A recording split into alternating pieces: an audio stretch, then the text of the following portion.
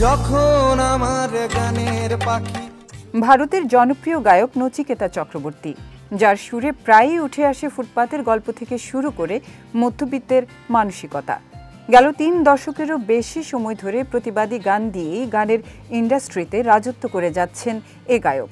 শুধু তাই নয়, গানে গানে যুদ্ধ বন্ধের আহ্বানও ছিল নচিকেতার। তার সেই গানের কথায় আশ্বস্তের শব্দগুলো ছিল এমন: একদিন ঝড় থেমে যাবে, পৃথিবী আবার শান্ত হবে। ভারতে কাশ্মীরের হামলার পর বেড়ে যায় ভারত পাকিস্তানের মধ্যকার উত্তেজনা। এরপর ৭ এপ্রিল মধ্যরাতে পাকিস্তান ও আজাদ কাশ্মীরের ৯টি স্থানে একযোগে ক্ষেপণাস্ত্র হামলা চালায় ভারত।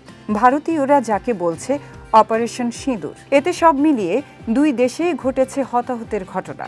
আর এ সকল ঘটনা নিয়ে উদ্বেগ প্রকাশ করেছেন নচিকেতা চক্রবর্তী। ভারতীয় গণমাধ্যমকে নচিকেতা বলেন, একটাই কারণে আমি যুদ্ধ নিয়ে আতঙ্কিত। এতে সবচেয়ে বেশি ক্ষতিগ্রস্ত হবে সাধারণ মানুষ, আপনি, আমি। এই গায়ক বরাবর স্পষ্টবাদী। তার দাবি, সারা পৃথিবীতে যত যুদ্ধ হয়েছে, যত হিংসা ছড়িয়েছে, সব কয়টি যুদ্ধের নেপথ্যে বাণিজ্যিক স্বার্থ রয়েছে। সব যুদ্ধ নাকি স্পন্সর করা, আমি প্রমাণ করে দেব। গায়কের মতে যুদ্ধ মানেই মুনাফার খেলা। তবে কাদের কাছে যাবে মুনাফা, সেটা বুদ্ধিমানেরা সহজেই বুঝে যান।